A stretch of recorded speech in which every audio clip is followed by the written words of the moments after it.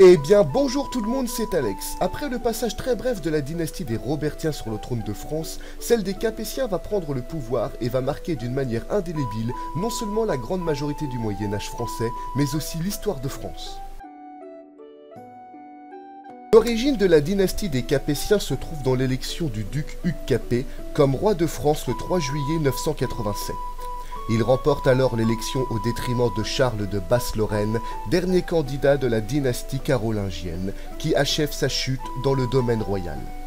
Mais à peine roi de France, Hugues Capet doit mettre fin à un conflit avec le Saint-Empire en 980, dont l'armée fait le siège de Paris, ce qui prive la France de la Lorraine. À l'époque du roi Hugues Capet, les territoires de la France sont encore loin d'être tous unis sous l'autorité du roi et bénéficient encore d'une large indépendance sur le plan politique et économique. Pour contrer cela, le roi instaure ainsi le principe du vassal. Il place ainsi ses vassaux à la tête des régions de France, ce qui lui accorde un pouvoir direct sur l'ensemble de son royaume, et ce qui marque aussi une forte transition avec la tradition royale germanique qui accorde un pouvoir assez fort aux régions. Ce principe féodal place la France dans une grande stabilité politique, mais à partir de 1066, Hugues Capet décide d'aller plus loin encore. Il arrive à rendre vassal le duc de Normandie et à placer l'ensemble de ses vassaux à l'ost, un service militaire obligatoire pour toute armée en campagne, ce qui force chaque seigneur français à incorporer obligatoirement les soldats des armées régionales dans l'armée royale en cas de guerre. Isolé sur le plan international, entouré de grandes puissances comme l'Angleterre au nord et le Saint-Empire romain germanique à l'est, le roi de France Louis VI dit le Gros autorise ses vassaux à participer à la première croisade de 1096 à 1099. La France répondra massivement à l'appel, car l'ensemble de ses troupes se mobilisent contre les musulmans du sultanat de Roum, alliés au califat fatimide. La première croisade est une réussite. Jérusalem est reprise et les États latins d'Orient sont fondés, ce qui donne un certain prestige international à la France. De plus, la réforme administrative et militaire de Hugues Capet permettra au roi Louis VI le Gros de repousser les forces du Saint-Empire qui menaçaient alors de détruire Reims en 1124. Louis VII dit le Jeune monte sur le trône de France le 1er août 1137. Comme ses prédécesseurs, il décide de poursuivre les réformes administratives pour unir le royaume sous le seul et unique pouvoir royal.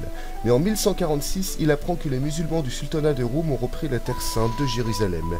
Il décide alors de participer à la seconde croisade de 1146 à 1149. Malheureusement pour les croisés, si cette intervention permettra la reprise des villes portugaises et espagnoles d'Almeria, de Tortosa, de Frega et de Lérida, la croisade allemande portée plus à l'est, dont le gros des troupes sera mobilisé contre les Slaves plutôt que les musulmans, provoquera des tensions avec l'Empire byzantin qui regarde d'un mauvais œil la progression de l'influence germanique vers ses frontières. Ainsi, presque isolés et chacun de leur côté, Byzantins, Allemands, Français et Anglais se retrouvent dans l'incapacité de remporter des victoires contre les Seldjoukides. L'échec du siège de Damas permettra aux rois de France et d'Angleterre de prendre la décision de revenir en Occident et à l'Empire byzantin pour remettre fin à ses opérations militaires contre les musulmans ainsi que d'entamer un rapprochement avec ces derniers. Si les musulmans remportent la victoire en Orient, ils perdent pied en Europe, mais le grand vainqueur est le Saint-Empire qui sort du conflit avec plus de territoires à l'est, une influence géopolitique plus grande dans les Balkans et des richesses accumulées par le pillage des villes et forteresses arabes.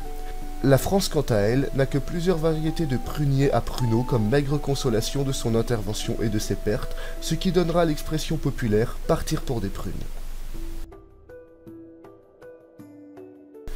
Philippe II monte sur le trône le 18 septembre 1180. À peine sur le trône que le roi de France doit faire preuve de grande diplomatie, notamment avec le roi d'Angleterre, pour réparer les conséquences de la croisade germanique quelques années plus tôt. En effet, depuis cette date, les musulmans ont fortifié Jérusalem et rallié à leur cause l'Empire byzantin et le royaume de Chypre. Philippe II décide en avril 1182 de l'expulsion des Juifs de France et la confiscation de leurs biens, dans le but d'augmenter son influence auprès de l'Église catholique et ainsi de consolider le prestige de la France dans le monde chrétien, donc occidental. Enfin, en 1189, Jérusalem appelle à la troisième croisade. La ville est attaquée par les troupes coalisées musulmanes, byzantines et chypriotes. L'Occident se lance une nouvelle fois dans la croisade. Les Occidentaux se divisent, Anglais et Français font front commun et prennent la mer dans le but d'envahir Chypre, alors que les Allemands décident de marcher sur la Hongrie, puis d'envahir le puissant empire byzantin. En 1189, l'empereur germanique Frédéric Barberousse réussit à convaincre la Hongrie d'entrer en guerre à ses côtés et de le rejoindre dans la croisade. Alors renforcés par les troupes hongroises, les Allemands vont piller la plus riche région byzantine et défaire l'armée romaine d'Orient à plusieurs reprises. Pendant ce temps, les flottes françaises et anglaises sécurisent la Méditerranée et préparent l'invasion de Chypre, quand elles apprennent que l'Empire byzantin, via son empereur Isaac Ange, vient de signer la paix avec les Allemands et les Hongrois qui se sont emparés de la forteresse arabe de Bagras et mis en déroute les armées musulmanes de Saladin à la bataille d'Iconum. Français et Anglais débarquent dans Chypre, écrasent les troupes de l'île et préparent leur débarquement en Orient. Français et Anglais viennent de mettre le siège sur Saint-Jean d'Acre, pendant que les Allemands et Hongrois sont retardés par la mort accidentelle de l'empereur Barberousse, et arrivent difficilement à rejoindre les autres occidentaux. La ville tombe en juillet 1191, ce qui sauve les États latins d'Orient de l'effondrement et décime les troupes musulmanes ainsi que l'ensemble de leurs alliés. À la fin de la troisième croisade, les futurs conflits entre la France et l'Angleterre se font déjà sentir par des tensions et des accords politico-stratégiques, ce qui provoqua plusieurs retards sur les opérations. De plus, sur le chemin du retour en octobre 1192, une violente tempête surprend la flotte anglaise qui coule. Le navire du roi d'Angleterre s'échoua à Corfou, sur l'île de Chypre. Sur place, il est capturé par des troupes germaniques du duc d'Autriche qui ont pris position sur l'île et qui décident de livrer le roi comme prisonnier à l'empereur du Saint-Empire. Le roi de France apprend effectivement que Richard Cœur de Lion est fait prisonnier en Germanie et que l'empereur Henri VI demande une rançon de 100 000 marques d'argent plus 50 000 marques pour financer sa future conquête de la Sicile. La France sait alors que c'est le bon moment pour attaquer l'Angleterre. En 1193, l'armée française attaque les positions anglaises sur le continent. En janvier 1194, la France prend l'avantage sur ses ennemis. Cependant, le 2 février, l'Angleterre achève de payer la rançon au Saint-Empire, ce qui libère le roi anglais, qui organise une contre-offensive immédiate. En guerre contre l'Angleterre, la France refusera de participer à la 4e croisade de 1202. En 1213, la situation change brusquement.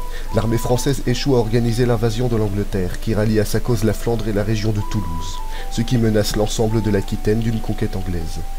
À ce moment, Philippe II réussit l'exploit de faire élire à la tête du Saint-Empire un empereur pro-français, Othon IV de Brunswick, qui accepte de porter assistance à la France. Les Anglais savent alors que leur chance de victoire est comptée. Jean Santerre débarque à La Rochelle, espérant ainsi prendre à revers l'armée française. Mais l'intervention germanique en Flandre, qui chasse les Anglais, permet aux Français de se concentrer sur l'Aquitaine et l'Anjou, alors menacés. À la bataille de Roche-aux-Moines, les Français remportent une nette victoire décisive sur les Anglais, qui n'ont pas d'autre choix que de signer la paix via le traité de Chinon. Après 20 ans de guerre, l'Angleterre abandonne l'ensemble de ses territoires sur le continent. Soucieux de préserver la paix dans le monde chrétien, la France participera à la 5e croisade de 1217, qui fut un échec total.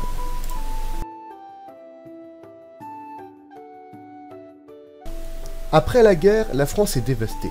Louis IX décide de conclure une paix définitive avec les comtés d'Anjou et du Maine, ce qui les écarte définitivement de l'influence anglaise. De plus, il refuse de participer à la 6e croisade de 1228, ce qui fut une grave erreur, car l'empereur Frédéric II du Saint-Empire va conquérir la ville, chasser les musulmans et se couronner roi de Jérusalem en plus de son titre impérial. En France, pour stabiliser l'économie du royaume, le roi fait adopter une nouvelle monnaie nommée le gros d'argent et utilise ensuite la diplomatie auprès de Frédéric II, alors empereur du Saint-Empire, pour ouvrir le commerce germanique à l'économie française, ce qui redonne un second souffle à l'économie royale. Épuisée par la guerre, l'armée française doit se refaire une santé, ainsi l'œuvre diplomatique de la France sera principalement pacifique. Paris fera donc l'arbitre entre le Saint-Empire et les États pontificaux dans le but d'éviter une guerre en Italie, ainsi qu'entre l'Angleterre et les barons du continent pour éviter une guerre en Europe de l'Ouest. Le règne de Louis IX se terminera par l'augmentation encore plus grande des pouvoirs de l'Église catholique, ce qui lui donnera l'appellation de Saint-Louis. Puis, en 1248, le roi autorisera la France à participer à la 7e et dernière croisade de 1248. En effet, depuis que l'empereur germanique redonna l'indépendance au royaume de Jérusalem le 25 avril 1228, les terres saintes est attaquées par les musulmans ayyoubides. Cependant, la France ne réussira pas à sauver Jérusalem.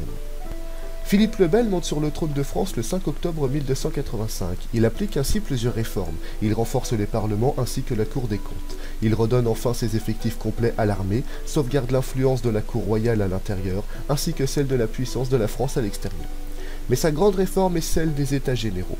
Il regroupe ainsi dans des réunions de représentants de la noblesse, du clergé et du peuple, dit le tiers-État, dans le but d'épauler le roi dans les grandes décisions du pays.